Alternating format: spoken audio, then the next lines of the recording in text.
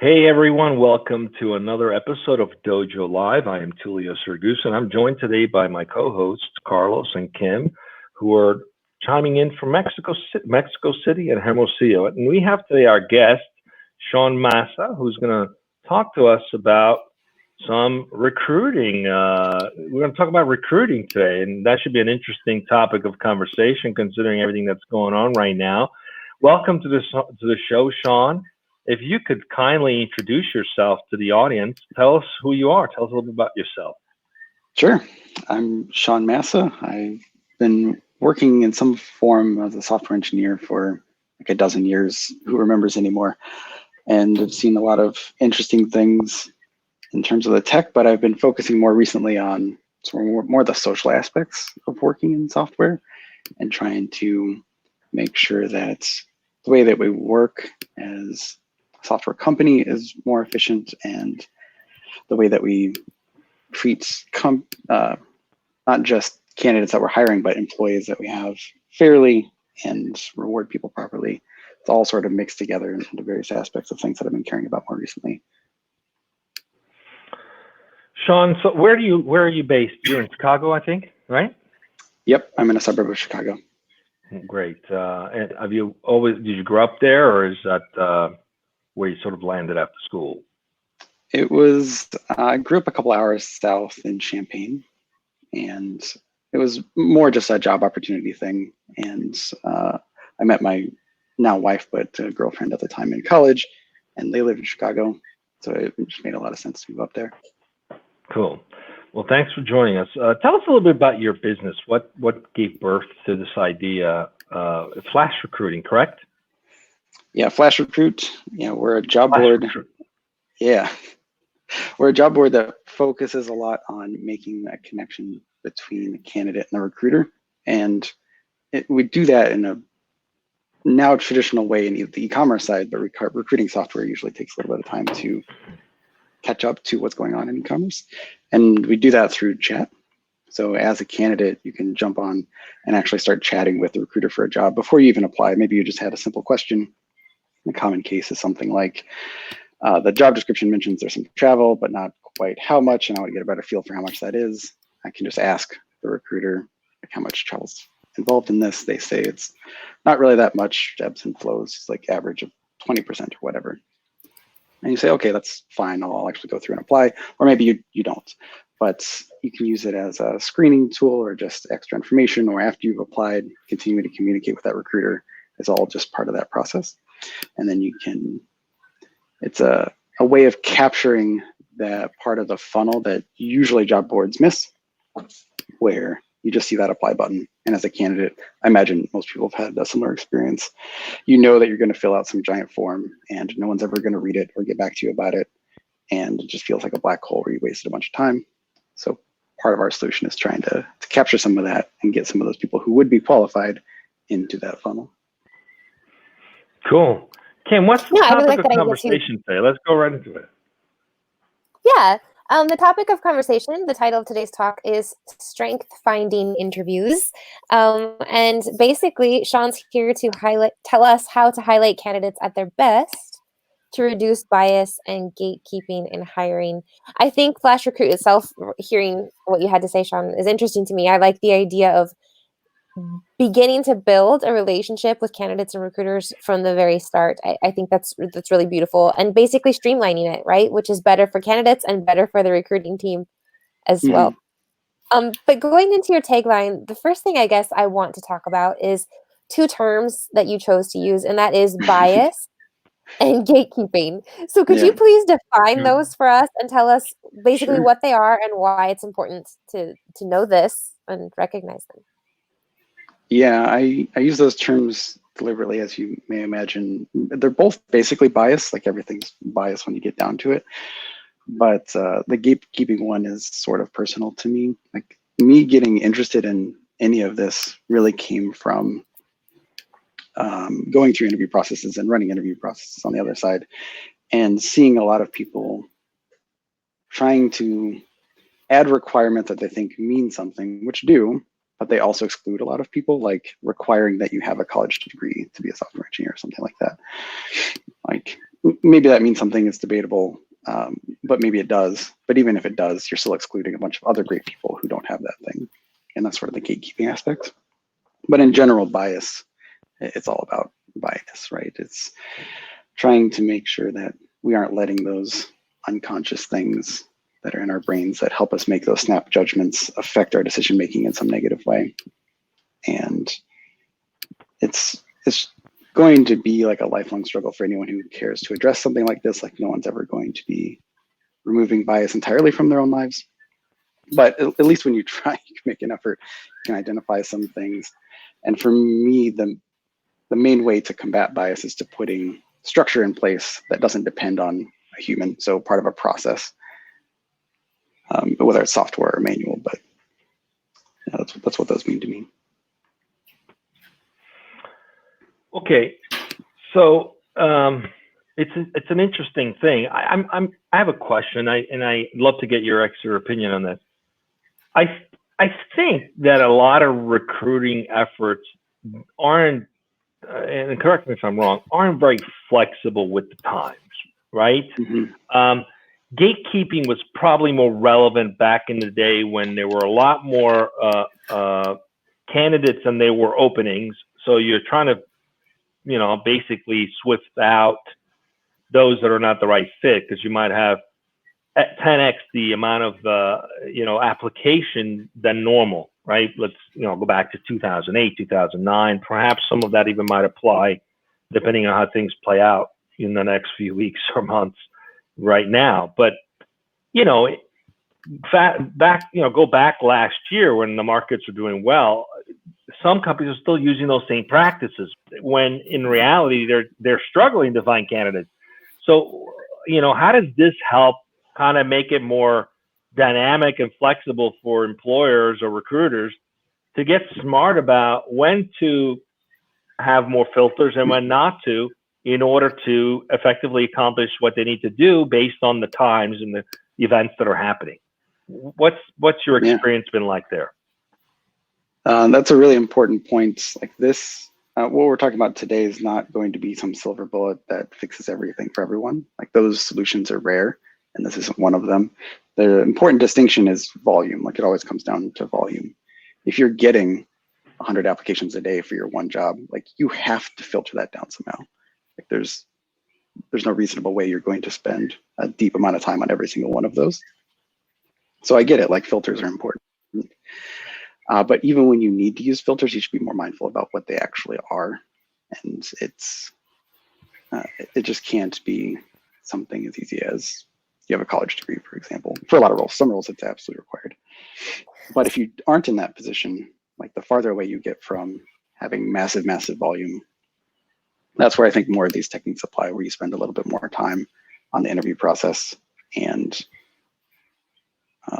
with each candidate, trying to figure out, could they be a good fit, assessing them in some consistent way, and all the other parts of the process. So yeah, it's about volume and filters for sure. Do you have techniques for determining what good filters are? I mean, that's the hard part. The job board industry specifically has like some standard data. It's like when you see a job on a job board, that probably exists on 100 job boards. It just depends on how it gets broadcasted. And what ends up as like actual structured data that you can easily filter on across all of those is whatever the subset is of all those things that they support, which is usually like a title, a big blobby description, maybe some free text separate description of requirements, maybe compensation information if you're lucky. Like, it gets whittled down. And the same is true on the candidate side. So like, one source might have like a giant form that requires all kinds of data from a candidate, but then you're going to have more drop off from candidates filling that out. So it's hard to get candidate data too. So it's hard to get enough relevant different data to match the two directly with some algorithm. And so it does require a human to read through, like on the job description side, reading through that and trying to parse out some information, but also on the candidate side, looking through any public professional links that they might share. I try not to dig into someone's Facebook or anything, but if they have a LinkedIn profile, like that's fair game. So it's a little bit more human, a little bit more heuristics, but it's definitely things like what are typically called soft skills. I don't like that term, but if someone has a better term for it, by all means, let me know. But those things, looking for people that describe job responsibilities that they've had, where it's more about managing a project or communicating on a team or doing something else. It's very, very valuable. That's not necessarily the like explicit skill you're hiring for. Those are the types of other filters I'm looking for. So we're talking today a little bit about your strength finding. I would think that, you know, part of sifting through and narrowing down the right people is identifying strengths that are the right fit. How do you go about doing that? How does your platform facilitate that? And obviously that's different for different industries and different roles. So how deep or how wide does it go in terms of supporting me as an employer or a recruiter in using that as a way to identify the best fit candidate for a role? Yeah, there's the strength finding aspect really comes in after someone's applied and you've decided, like they've already passed your filters. It doesn't apply as much to determining the filters and executing on them. That's still a hard thing to do. You should still, like I said, try to do that a little bit better. But after they've actually come through and applied and you've decided some notion you at least want to phone screen them, for example, that's when the strength finding starts to apply. And it's much more about the interview process itself.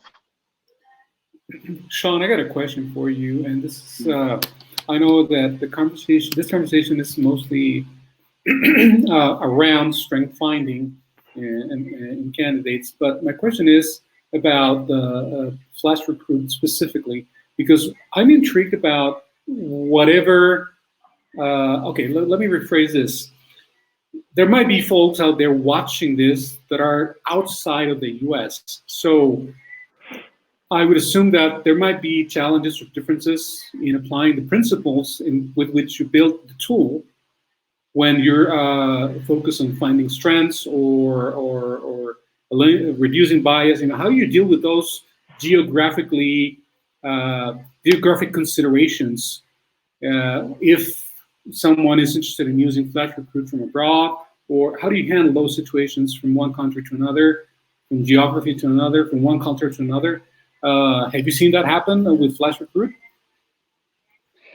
Yeah, I do want to make the distinction, like FlashRecruit, we are a job board and we facilitate hiring, and strength finding interviews is a strategy that I personally use to hire people at the company FlashRecruit. The FlashRecruit site does not facilitate strength finding interviews necessarily, although that's an interesting path to explore in the future. But yeah, the part of strength finding includes like cross-cultural boundaries, definitely. Like we had some people apply from South America, from European countries, Canada, Mexico, I said that, but a couple different places throughout the world. And sometimes there were cultural differences that we needed to figure out, which I'm very excited to try and figure out how's the best way to approach that. And it's difficult for me because my cultural background is the stereotypical, like, common thing that I don't encounter the problems on the other end. So it's a little bit harder to figure out what to even account for. But I do have an example. So one candidate we had, from my perspective, had like a very different English accent than what I'm used to hearing. So it's a little bit hard for us both to actually understand each other a little bit. And that's not a reason to not hire someone. It's just another opportunity for addressing like how can we communicate, because communication is still an important part of working together. So we talked about it explicitly, just open, like, this is a thing that we'll probably have to figure out. And we found some great compromises. Like apparently I was talking a little too quickly for them, so I tried to make sure I was being a little bit more deliberate in my speech. And they were trying to enunciate certain sounds a little bit more directly to help with what I was used to. And we worked through it. We got past it and we continued the interview process. And I think as hard as those things can be to talk about and to try to be, make sure you're not saying the wrong things because of some cultural context you don't have, we still have to try to do those things and we'll work past them. So this is part of that. Yeah, for sure. Mm-hmm. Okay. All right. So thank you, Sean. So Sean, you said something interesting. So this is proprietary to your company. If an employer wants to take advantage of this, they basically work with your company. Have you thought about licensing this as a platform, as a solution? How does it compare to what's out there? I'm curious to understand. Strengthfinding Yeah. You mean strengthfinding interviews specifically? Yeah, I mean, there's different tests and methodology to try to understand different personalities and strengths, and and such, DISC assessments and such. How is this different from those kinds of solutions that are out there? What is it? What is it about what you guys do that's uniquely different? Curious to highlight that. Sure. In general, about proprietary versus licensing, I'm interested in just sharing the information so that people can use this technique or not if they want to, not necessarily trying to sell it. Maybe eventually we make a tool to help facilitate taking the strategy and we can make some money off of that. But that's not the point. The point is I've found this to be a much more effective way to hire people. And I think it would be useful for some other people, especially in not extreme volume jobs, to take advantage of. As far as the other part of your question, I think that the key difference really is how you go about structuring the interview. Like the strength finding aspect of this is when we go to interview somebody, we are asking them, we basically negotiate the interview format. The flow, just briefly, is I will send them an email that describes all the pieces of the interview process and which piece we're currently on, which is negotiating the interview format. And we'll list out a bunch of the needs of the company or the team that they'd be joining. And the expected response from them is, I give them some examples so they know what kind of things we're looking for, but a list of their strengths that overlap with the needs of the company.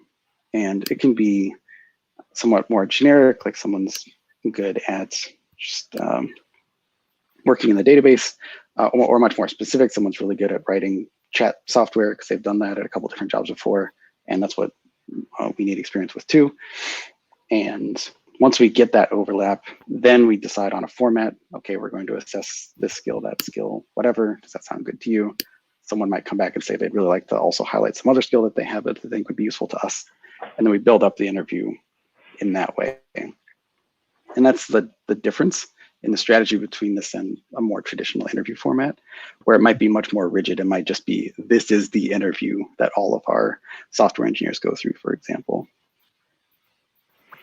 So if I heard this correctly, it's a lot more customized, and the interviewee participates in how it's structured. Yeah.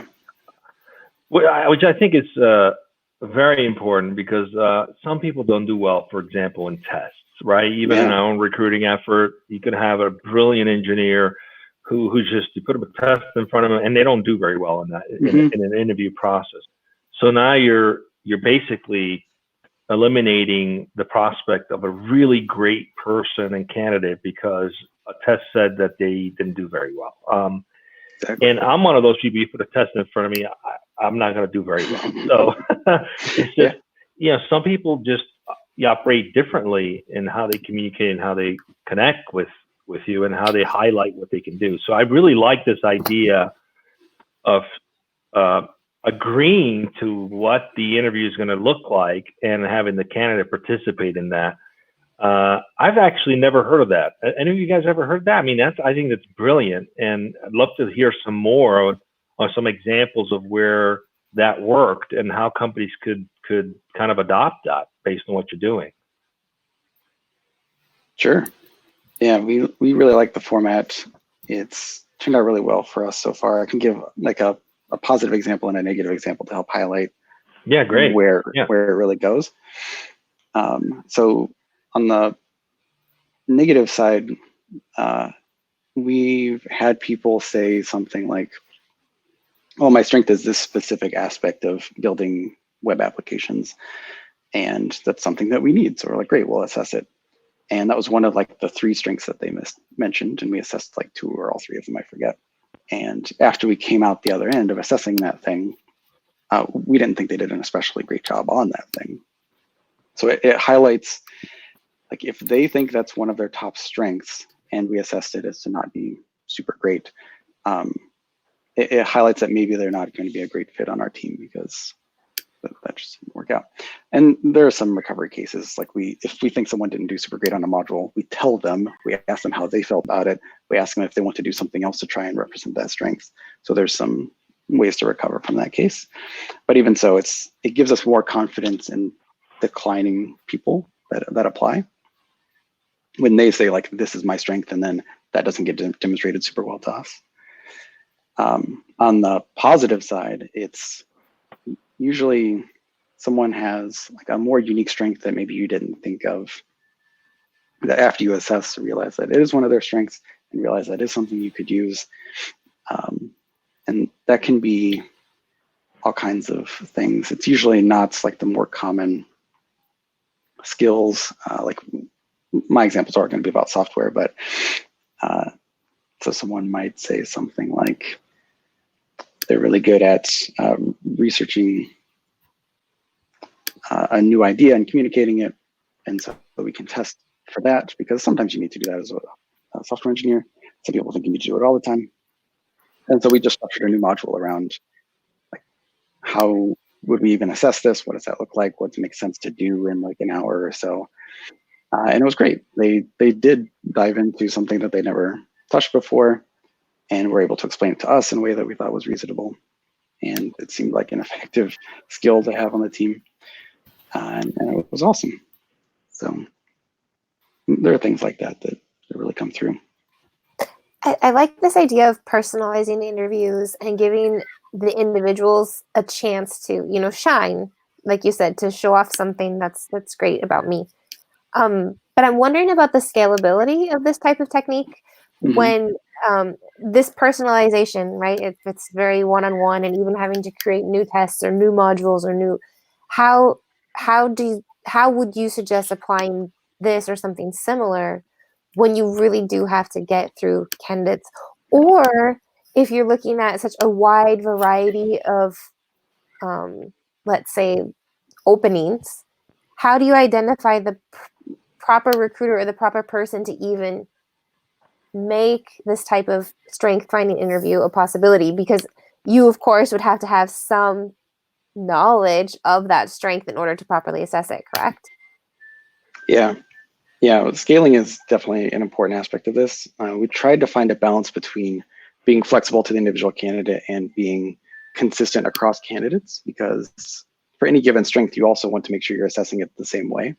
You want to make sure that someone who comes in and says that they're good at API design gets assessed the same way as the next person that says that and the next person that says that, so that you are reducing some of the bias in your hiring system. So what we ended up doing was we typically have a couple of modules that we do assess everybody on. Like, it's a core skill of this position. You need to know this specific thing. Maybe it will be a little bit more flexible in exactly how they demonstrate it, but the skill itself still needs to be represented. So we aren't making new modules all the time for those. And then there's usually an array of just other modules we prepared just over time. You sort of build these up over time. And a lot of interviews become, oh, we're just going to pick these 4 modules out of our bank of 11 because that fits the overlaps that they have. And I do think this is harder to scale up to like a super high volume for sure. And maybe even at that level, and after over time, you've built up enough modules, like you just don't build any more new modules, but now you have 20 to pick from. So you're just picking the 4 most relevant out of the 20 that you have, or something like that. So even when we're in hiring, and we're hiring a lot, we didn't spend a ton of time like making new modules. So even when you interview under the traditional structure, like you still have to build that interview. Somebody has to do it.